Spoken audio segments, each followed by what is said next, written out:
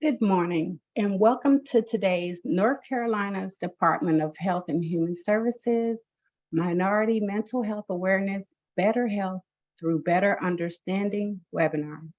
Before we get started, here are a few reminders about the webinar. Please make sure you are using a computer or smartphone, connected to the internet, and the audio function is on and the volume is turned up. Audio is set to computer speakers by default. To hear by phone, click the arrow next to the microphone located on your control panel and select Switch to Phone Audio. Dial-in information and the audio pin will be provided at that time. ASL interpreting and CART services are available for this event. When asking a question, please state your name and pause 3 seconds before continuing. To ask questions, use the chat or click the hand icon located on your control panel, and we will answer as many questions as time allows towards the end of today's event. Now I'd like to turn it over to Brittany Jones, Human Services Program Consultant for Division of Mental Health, Developmental Disabilities, and Substance Use Services. Thank you, Vidia. Thank you for joining us for today's roundtable. I want to take the time to introduce 3 leaders from North Carolina Department of Health and Human Services leadership that are doing very important work in the space of creating equity in North Carolina. Afterwards, I'll invite them to say a few words before we get started with our roundtable discussion. So let me introduce first Sarah Waleed. She is the Assistant Director for Policy and Programs with the Division of Mental Health, Developmental Disabilities, and Substance Use Services. Sarah has more than 25 years of leadership experience in behavioral health services, which includes program development, behavioral health strategic planning, and integrated care models. Next, I'll introduce Ava Hardiman. She is North Carolina DHHS's Health Equity Director. She has over 25 years of experience advancing collaborative systematic approaches to health equity, diversity, and inclusion. Ava has experience in both public and private sectors and prides herself on leading innovative and integrated approaches centered around positive, sustainable change, community partnership engagement strategy, state and county level service, internal and external relations, consultative leadership, and organizing groups, stakeholders, and platforms. And then I'm going to introduce Dr. Brielle Hatch. He is North Carolina DHHS's Director of Office in Diversity, Equity, and Inclusion. Dr. Hatch has worked in several leadership roles within educational and governmental settings. Dr. Hatch leads, coordinates, and administers DHHS's initiatives to drive development, design, and implementation of an enterprise-wide DEI strategy. He facilitates the strategic effort to build and sustain a strong, inclusive workforce for DHHS that can intervene to effectively achieve health and program equity outcomes. So I'm gonna now turn it over to Sarah for her to say a few words.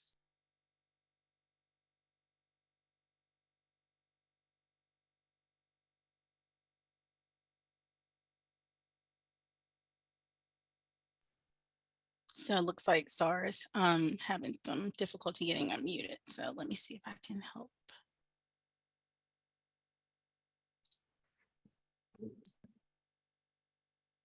All right, I think I got unmuted now. Thank you so much. Good morning, good morning, good morning, everyone. I am Sarah Waleed, and I am the Assistant Director here at the Division of Mental Health, Developmental Disabilities, and Substance Use Services. I'm really excited for this opportunity for us to come together and recognize Minority Mental Health Awareness Month. According to the American Psychiatric Association, more than 50% of all Americans will be part of a minority group by 2044. While the total incidence of mental illness among these groups may be similar to that of non-Hispanic whites, the mental health outcomes of racial, ethnic, gender, and sexual minorities are often much worse.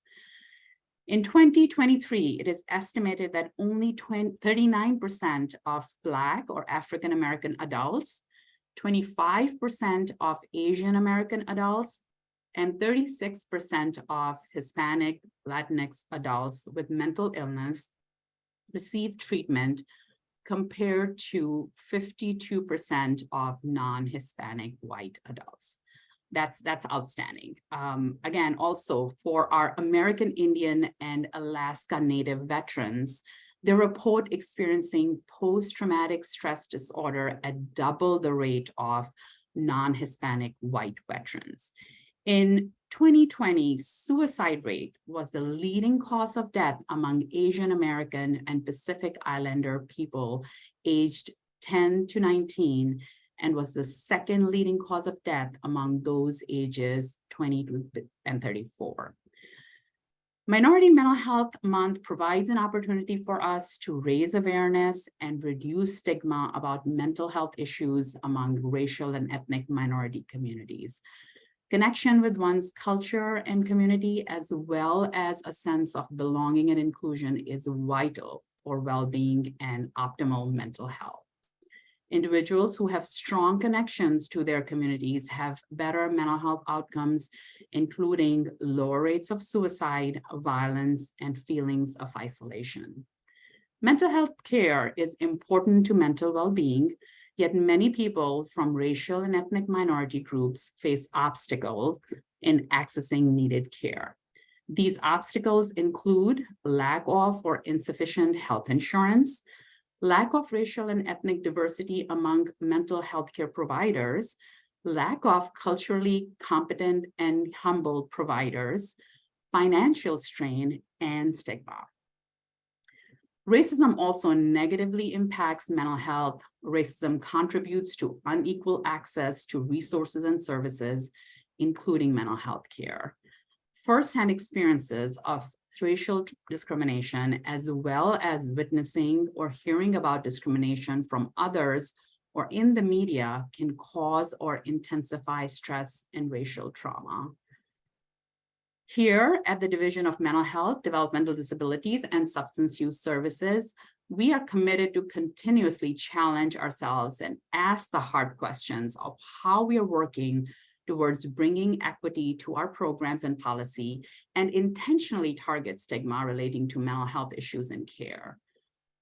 Engaging and serving our communities with cultural humility that is rooted in comprehensive approach, is outcome-based oriented, is critical to delivering equitable services.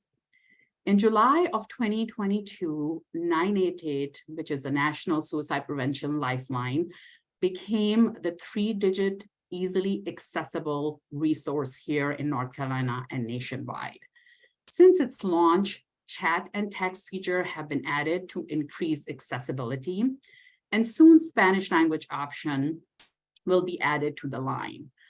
We are continuing to disseminate the information on 988 crisis line through various media campaigns so our minority communities can readily access this critical resource. In North Carolina, we have a robust continuum of community-based mental health and substance use disorder services, which include individual and family therapy, group therapy, supported employment, and peer support services. As part of community-based treatment for substance use disorders, medication-assisted treatment is also used to sustain recovery and prevent overdose. During the pandemic, many of these services were also offered through telehealth, and we have continued to work on allowing reimbursement for some of these services as a means to increase access for those in rural and underserved communities.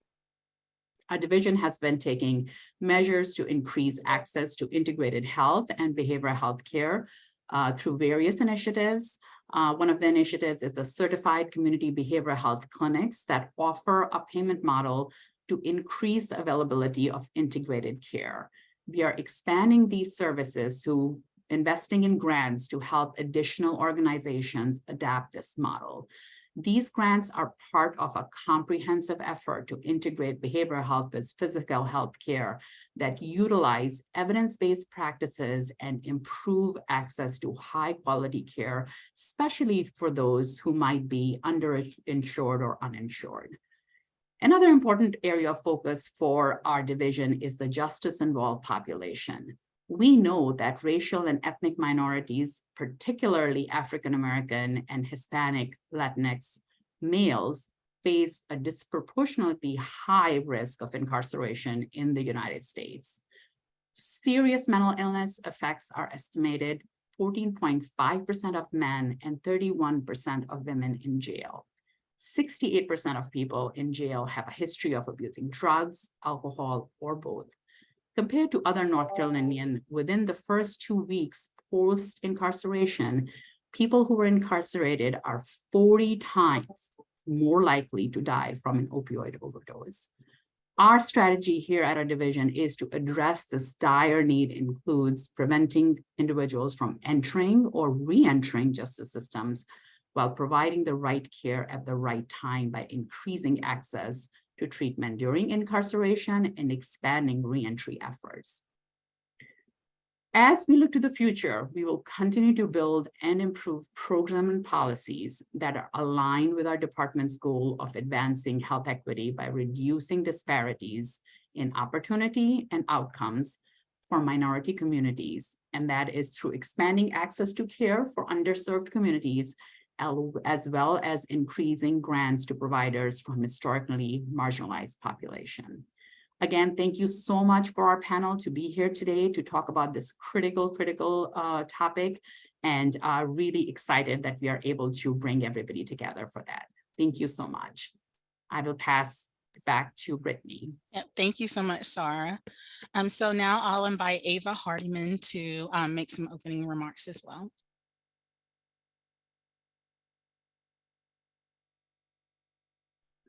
Good morning, everyone.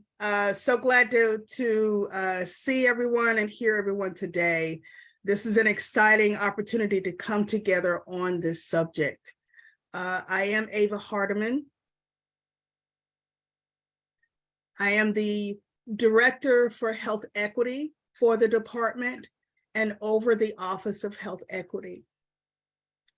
We're excited for this opportunity because this is a subject that we are leaning in even more so in the coming year.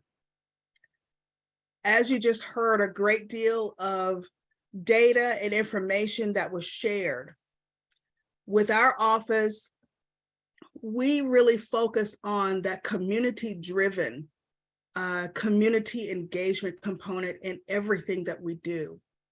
It takes everyone to play a role and have a part in advancing health equity, but it takes everyone working together and connecting together to look at how we can leverage what resources are available, help to communicate, and help to inform others of what is available and how to access.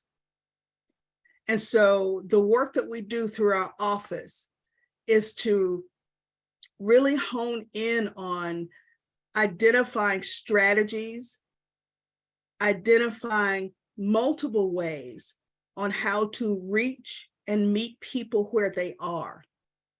And to do that, we leverage all types of diverse groups that we work with in the communities as well as across the state. We look intentionally at groups that are non-traditional as well as traditional types of organizations.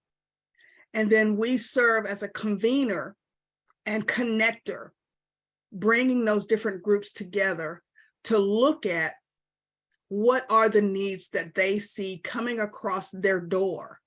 They may not be health-related services that they provide, but they have the people, the bodies. They have the folks that step in the door with multiple crises. So we work to equip organizations that are on that front line. COVID, a pandemic, really put a spotlight on things that we already knew existed, but it brought out even more so the mental health, behavioral health component and needs. It really exasperated and showed us those compounding issues.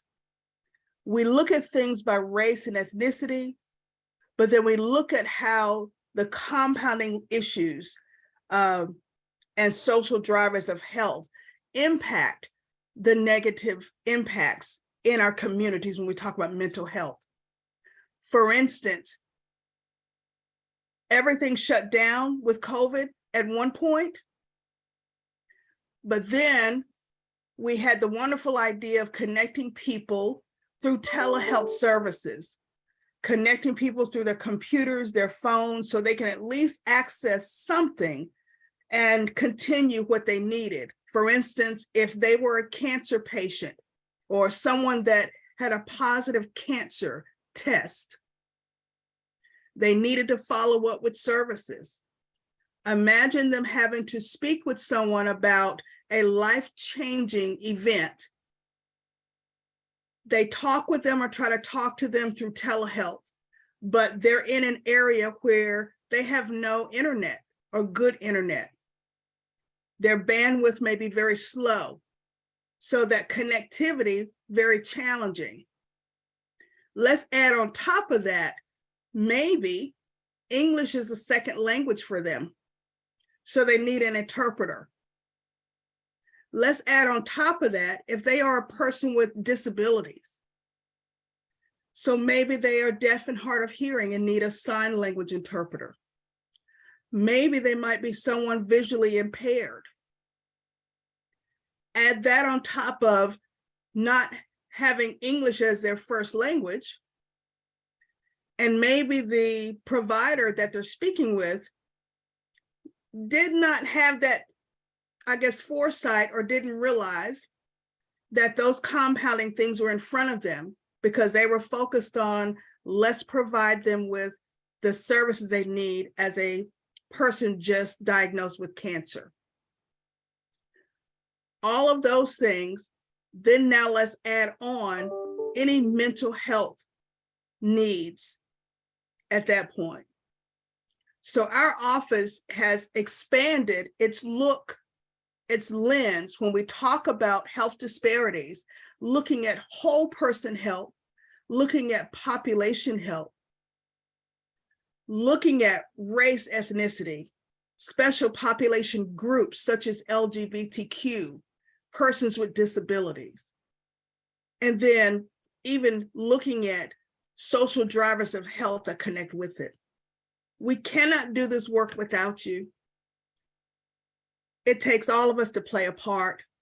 So when we reach out for different events and different ways to connect on strategies,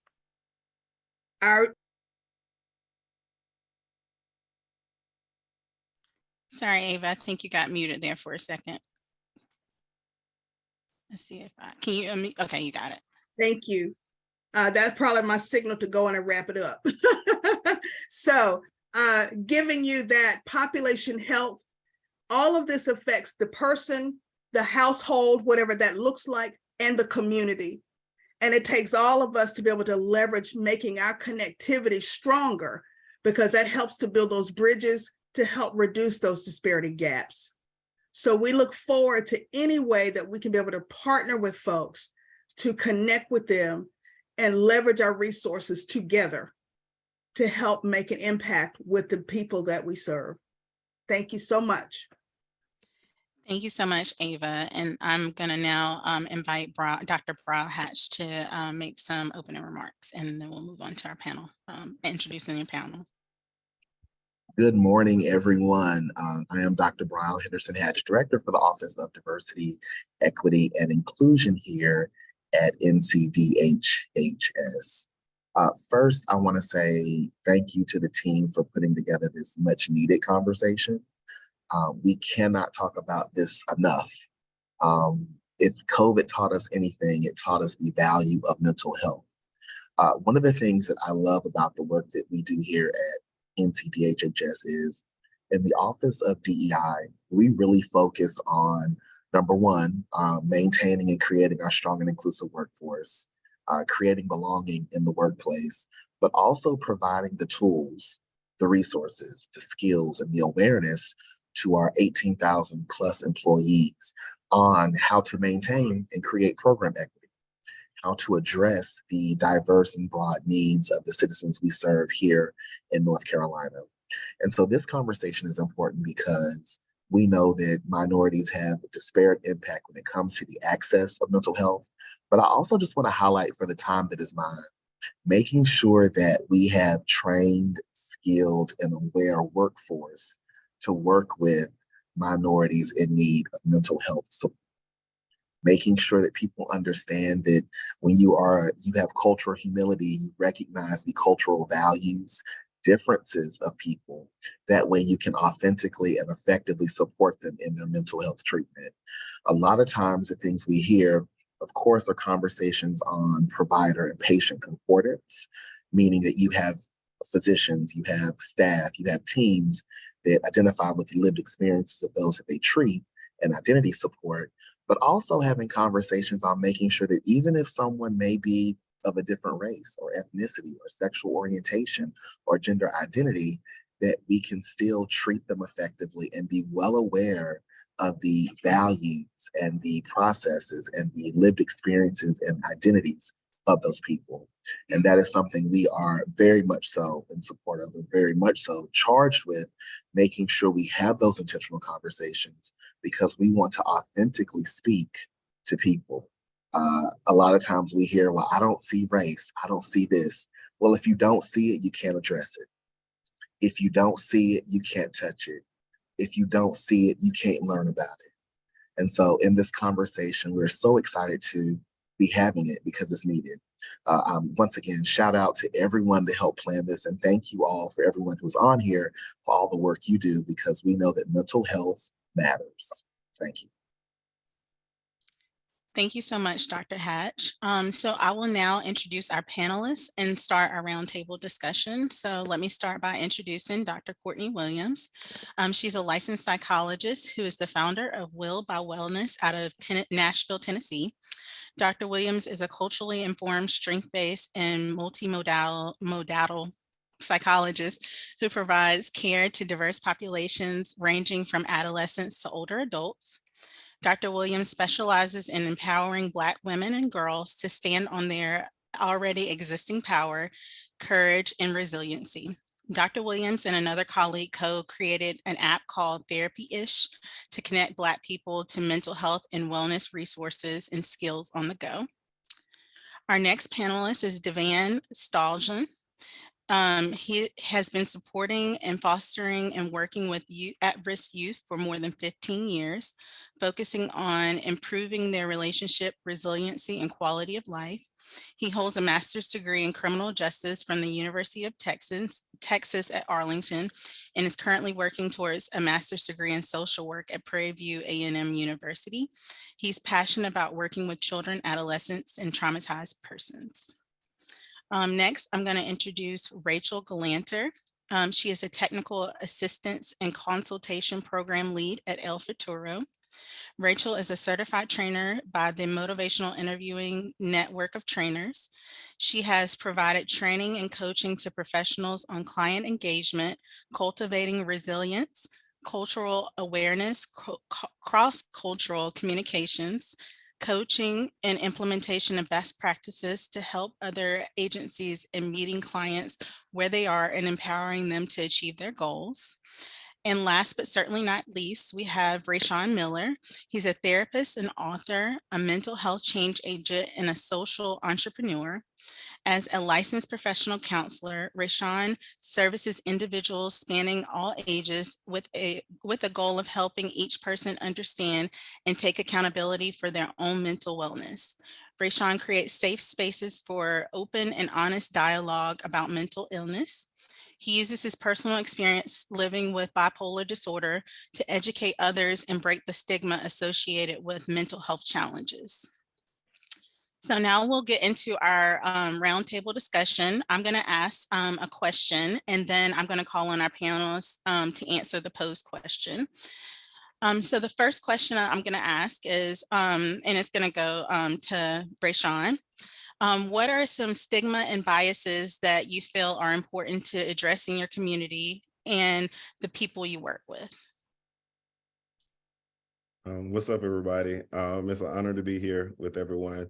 I feel like that's a layered question, Brittany, especially when it comes down to understanding the populations and understanding that I am a part of various populations. So I'm born and raised in Eastern North Carolina, so I understand the aspect of the socioeconomic stigma that comes along with addressing mental health, because a lot of times people may not see therapy or mental health as a priority, and because they can't afford it. But then also you think about it from the lens of born and raised, again, as someone that's born in the South, and we live in the Bible Belt, understanding that sometimes when it comes down to addressing mental health challenges, we resort to just pray about it.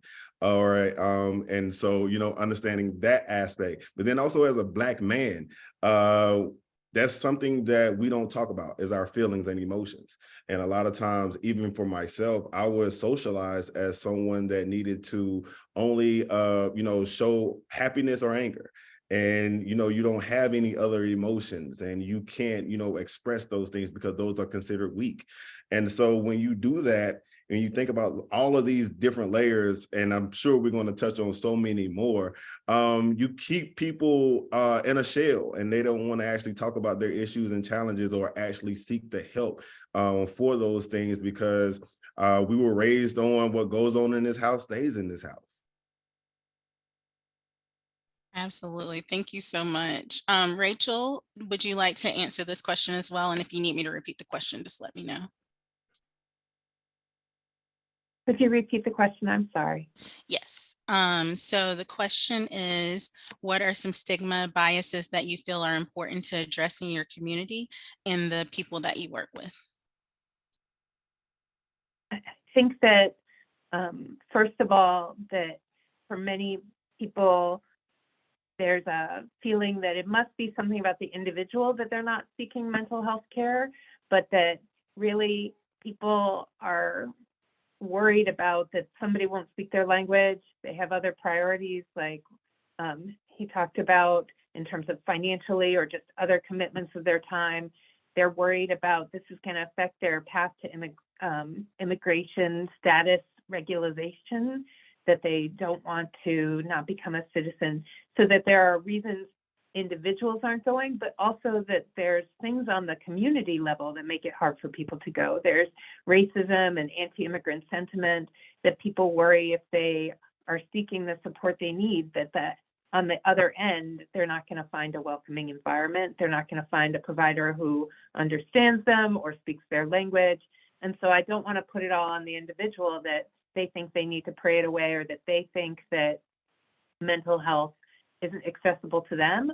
On the community and institutional level, we need to step up and make sure that we're creating environments that people are comfortable coming to, that people feel comfortable riding public transportation, know how to find resources, and know that they can count on that resource being really accessible to them.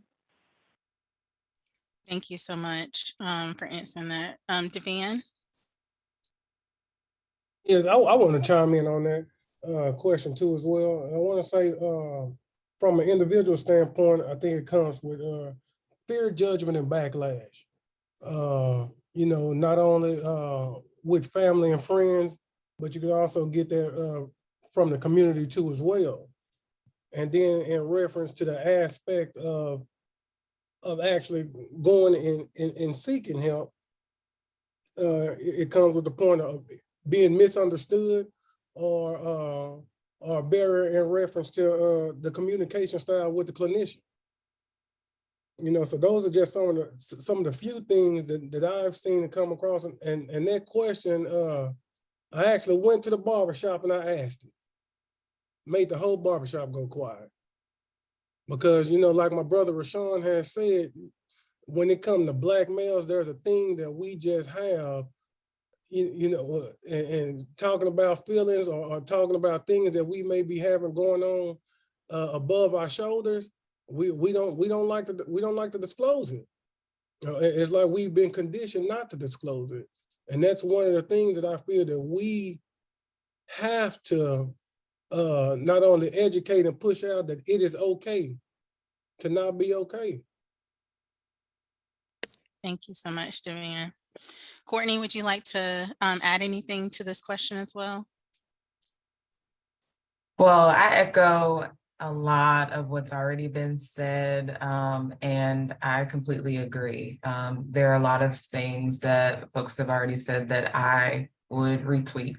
And so I think just to add something maybe a little different, just to kind of piggyback on some of the things that have already been said, I think that sometimes there's the stigma or bias that's perpetuated that there's something wrong with the individual. I really appreciate how Rachel called in the systemic issues and factors that really need to be addressed, right? A lot of the reasons that people are coming to therapy in the first place is because of navigating the oppressive systems in which they are operating.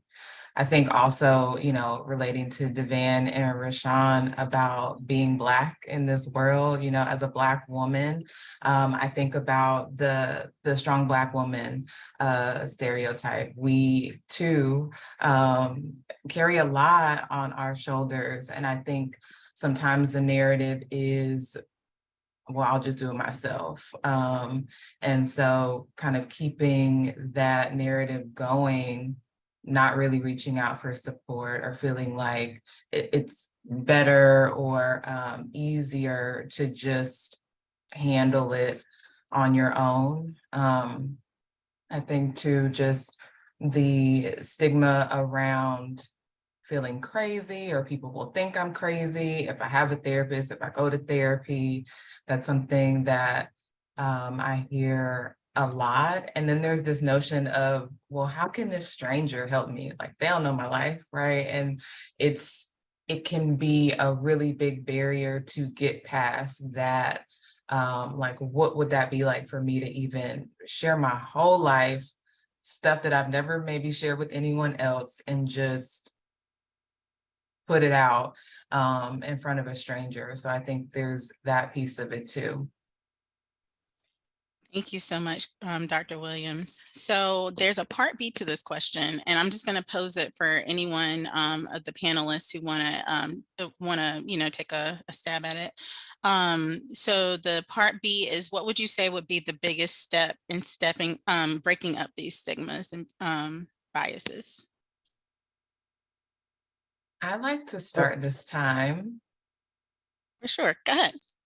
Okay, well, one, I think doing exactly what we're all doing right now, just having open, honest, transparent conversations to demystify what mental health is, what mental health services look like, what therapy looks like, what therapists look like, just so that folks are putting language to some of these pieces. I also think that increasing visibility and accessibility to health providers with similar identities to folks that they serve can be a huge way to debunk some of the myths, to reduce some of the stigma that we're talking about. And I also think that diversifying what mental health services look like, especially as we're thinking about folks holding minoritized identities. It's important to know that we are going to miss a lot of folks that may need the support if we're just trying to do mental health one way. If we think that mental health is just one-on-one therapy, right? I think that there are so many ways to reach individuals and still provide that safety, that trust, that rapport, and that change that we want to see. You know, thinking about policy changes, thinking about groups instead of individual, thinking about, you know, connecting with different community organizations. For example, I work with a local church here in Nashville. And so there are some folks that I've had, you know, direct one-on-one conversations with, and they're like, you know, I would have never came to your office. Like I would have never done that. But I think just being able to connect with the community in a different way and still talk about mental health. And you don't even have to call it mental health, because sometimes even like using that language, there's still some stigma even with that. So sometimes you got to disguise it a little bit, but we still talk about the same thing. So that's my 2 cents. Any one of the other panelists want to add in anything? You can go ahead, Rayshawn. I see you unmute. Oh, I got 2 unmute. Sorry. Go ahead, Rayshawn. Yeah, I would just like to add, you know, I definitely agree with Dr. Williams as far as disguising and then being able to show how therapy can look in different ways. But then also for me, to help in the, you know, to break that stigma, I got to own my own stuff. And not be afraid to let people know what type of labels and stuff that I have, or what type of mental health challenges that I live with and how I live with them. And I think that's something, you know, to actually really show individuals that you can do this. It's not, you don't have to isolate yourself, but then also you can build that community around it. Thank you. Devan, did you want to add any closing? Yes, ma'am. I would say pretty much chime off some of the things they said. One, I say education and awareness, fostering open and inclusive, honest conversation. But then also educating people about the realities of the stigmas. You know, educating about them, because you know people are gonna have views, are going to think things, and like you know, Mr. Rashawn just said, you know, I think that would be one of the things that help people own them. Thank you, Devan. I- Go ahead, Rachel. I wanted to say, at the end of this question, I think the work Devon is doing, for example, he's not a clinician yet, but he's out there in the community. I think that work of peer support, of community health workers who are trained to support people around mental health addresses some of what Courtney's talking about. It can't always be that one-on-one with a therapist. And then I think, like Rashawn is talking about, sharing your own personal mental health journeys and your coping skills is part of destigmatizing it. It's not like I've got it all together, I've got it perfect. It's I'm on a journey too. Here's how I cope with stress. Here's how I cope with anxiety. Because I think ultimately part of destigmatizing it is that you have to own it as a regular part of the human experience, and that it's not just you down there and we up here. It's all of us have to do things to take care of our mental health, just like we all have to do things to take care of our health. That is a very good point, Rachel. And so now I'm going to move on to the next question. I know, Rachel, you wanted to go over what's in the PowerPoint slide. Oh, it went away. Anne-Marie, can you bring that slide back up, please? I'm so sorry. I appreciate having that visual. Do you want to ask the question? Yes. Or you want me to stop? Sorry, I got through up there. But so the question is, what we were talking about, what do you see as major barriers for minority communities in getting adequate mental health care? So I'll start with you, Rachel. This model is by Adames, Chavez, and Chavez Duenas, and their work identifies those individual level barriers that we were hearing about, that there are cultural beliefs about what it means to get mental health care, that I'm becoming Americanized, that I'm not being strong, that I'm broken, that I'm weak. And then there's resistance that, you know, I don't need that. My drinking's okay. The way I'm handling things is okay. And then there's just other priorities, and that could be socioeconomic status or documentation status or skin color, and worries about racism in therapy spaces, and then also language access. But that on the systemic level, there's this whole other set of things. Do we have providers who speak Spanish? Do we have providers with the lived experiences or the ability to use cultural humility and have cultural responsiveness to meet the needs of clients? Are institutions sharing that documentation status won't be an issue and won't be affected, and making sure that their forms are in languages that meet the needs of the community, and that their facilities are in places people are comfortable coming into and are with signage that people can understand, and don't have a police presence outside that make people feel that it's not a space that they can enter. And then on that community level, how are we making sure that this is affordable care, that people know about it, that people feel comfortable going out into the community and seeking the supports they need, and that they're not feeling that racism and anti-immigrant sentiment are these big barriers to them even being out in public looking for the resources and supports they need. And so I think it's more than just let's educate the community, the Latine, the Black, the other minority populations, that mental health can be for them. It's about changing the systems to make the systems more supportive and welcoming and friendly to all populations getting the mental health support they need. Absolutely. So we've talked about changing it on a more macro level and then a more micro level as well. So I'm going to ask the next question. So the next question says, what resiliencies do specific members of minority communities have with respect to mental health, and how can this be maximized? So Devan, I'm going to go to you. Okay. I say strong social support networks, cultural pride, and a sense of belonging within the community. I know those things for sure, especially coming from the African American community. We, social support networks and community that's been ingrained in us since the first foot was forced off the ship, right? Especially, over in this land, we, between families being separated and things of that nature, we have always had a sense of community, and that's one of the biggest things, whether it's, community within cousins that's not blood cousins, or, church cousins, aunties, uncles, that's just one of the things that it's ingrained in us. And I think that's part of the thing that has helped us survive, even with all the trauma that we have sustained. Thank you so much. Courtney, did you want to add anything to this, this question? Well, y'all gonna hear me say it a lot.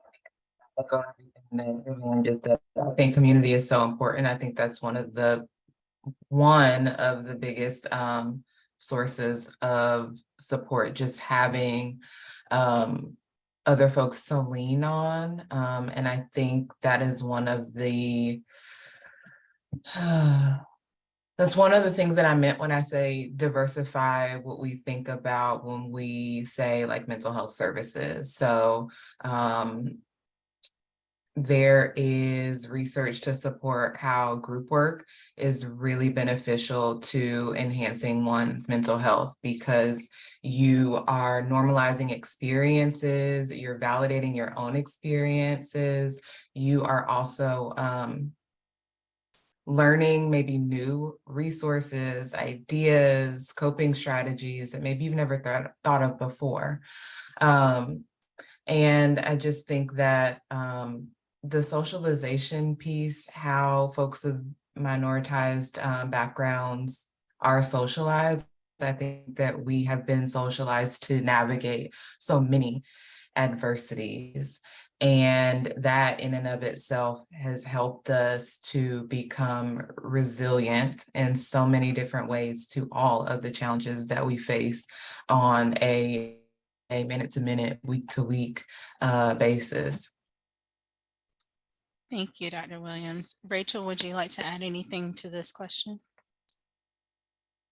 I would like to say that for Latine populations in the United States, a culture of stress is one of the big risks to their mental health. The traditional cultural values like familismo and spirituality and sort of the collectivistic, community-focused nature is really protective. And so, yeah, being part of community events, being part of traditional celebrations, connection to culture itself is actually a protective factor that's going to mitigate those risks from trauma that may have happened before, during, after immigration, and the trauma of the anti-immigrant and racist sentiments that are happening here in the US. And so the culture itself is really a place that people can find healing and support.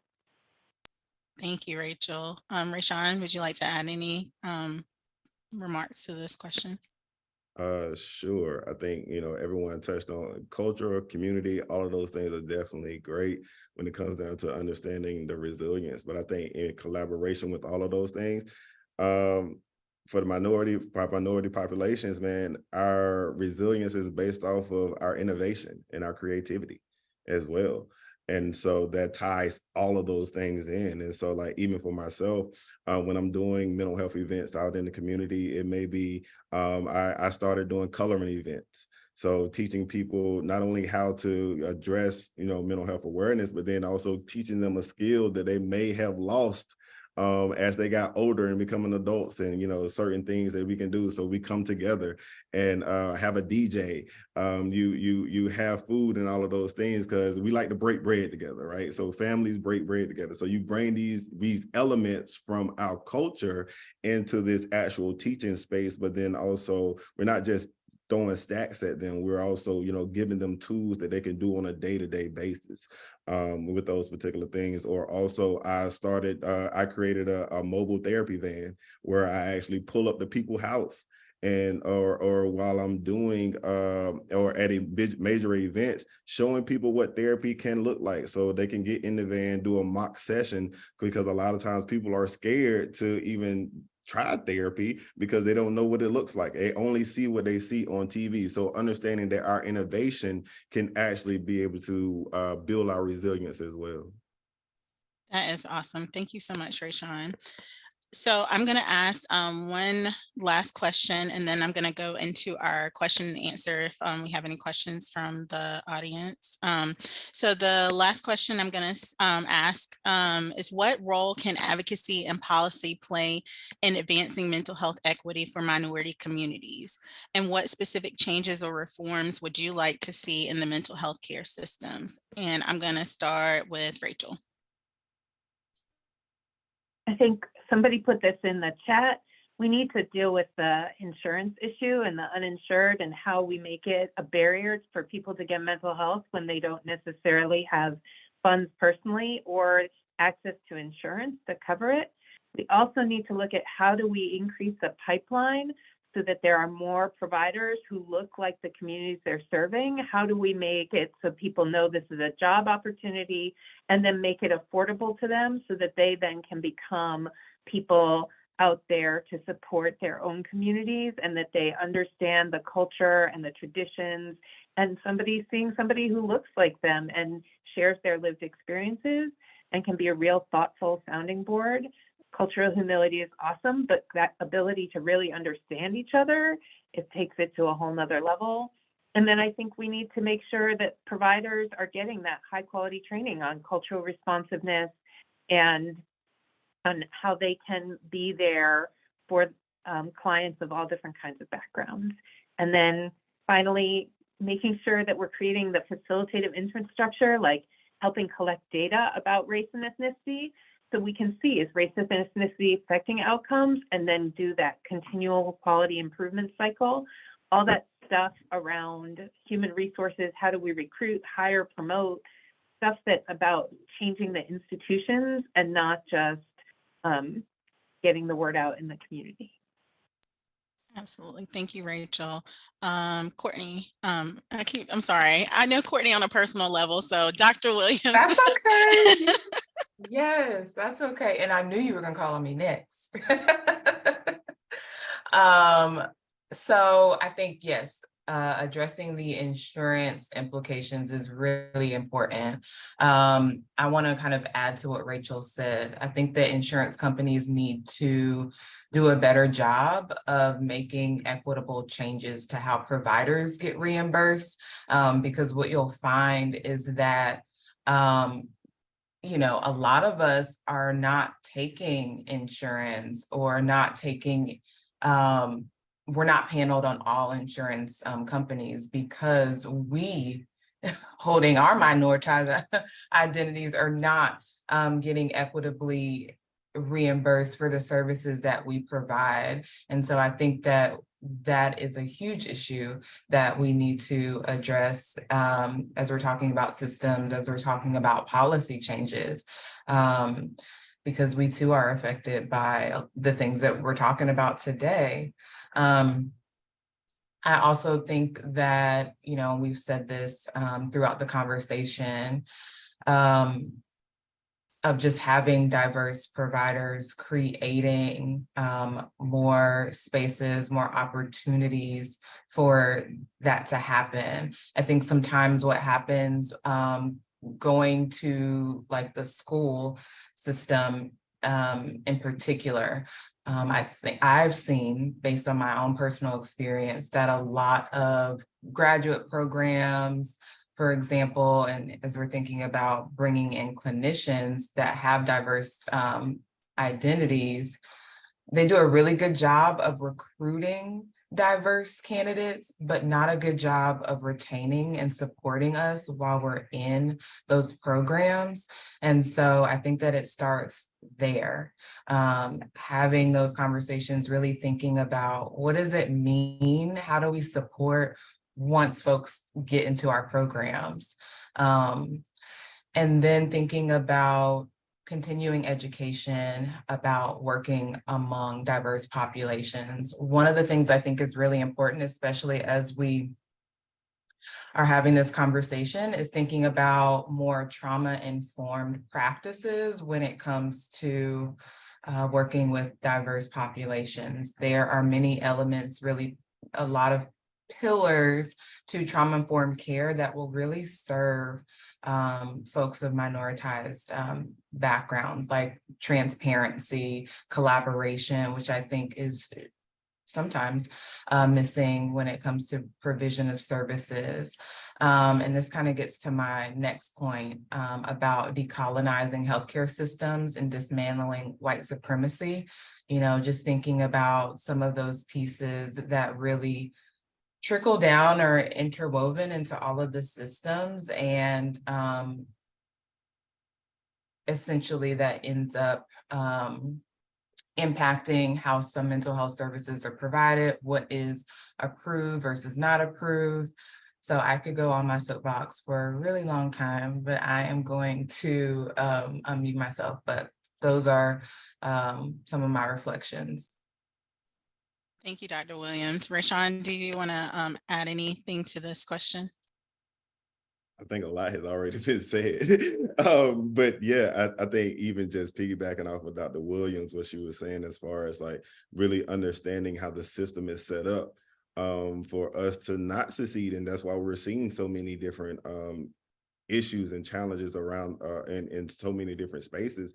Understanding that, we got to understand who sits at the table to make these different laws and policies and all of those things, and where are you getting your input from, especially because honestly, for me, that's why I didn't go the policy route. I just create my own things and be able to understand, I'm of the community, I'm from the community in various ways. So I just see what needs to be done instead of waiting and going through all of the red tape dealing with policy. I just go ahead and do it. And then, and because they wait too long, honestly, and then you have to jump through so many hoops to be able to do that, whether it comes down to funding, whether it comes down to how they want you to document certain things. I mean, this is coming from a clinician. So like Dr. Williams said, when you're dealing with Medicaid, a lot of people don't even want to deal with Medicaid because there's so much red tape that comes along with it. Because even if I have a PlayStation in my office where I work with some of my kids, if I put that in my actual note, they'll tell me that's not a therapeutic intervention, when I know that it's helpful for my clients and I know the type of work that I'm able to do with it. So it's just so many different levels when it comes down to addressing that. And then again, also like Dr. Williams said, when individuals are in these programs to be able to become clinicians, understanding that they're not supported, the financial aspect that comes along with you have to take out student loans and all of those. Who wants to do that stuff? So it's so many different layers when it comes down to, you know, policy in so many different ways, but then also understanding that policy is not written for the minority population in this country. Thank you, Rayshawn. And Devan, I saw you had your head up. Did you, hand up? Sorry. Did you want to add to this? Yes, ma'am. The term in reference to the things that they're referring to is called Eurocentrism, right? And what that is, that's the values, customs, and traditions and behaviors that are employed as a normal criteria in which things for other races are viewed, you know. And so what may work the European way, what may work for certain individuals, not necessarily going to work for the individuals that's sitting right here. You get what I'm saying? But that's the lens in which we're all judged out of on what has to work. So I just wanted to pick back on that, but yeah. Thank you for that. So I'm going to wrap up. So the North Carolina Department of Health and Human Services recognizes the importance of unique mental health challenges and needs of historically disfranchised or oppressed racial and ethnic groups in addressing mental health disparities that exist within minority communities. We would like to thank all of our panelists and participants for joining us today. This concludes our webinar. If you look on their screen, you'll see some resources. So there's some information about Therapy-ish, the app, if anybody wants to look into that. And then there's information about different websites. So you have Dr. Williams's website, Therapy for Black Girls, Therapy for Black Men, Latinx Therapy, Psychology Today, and then the Therapy-ish app. So if you have any questions, I'm going to put my email in the chat. If you guys have any questions that didn't get addressed or any questions that you think about, you can just email me and I will try to respond to you as soon as I can. Thank you guys for joining. I'm going to put that email right now. Thank you, everyone.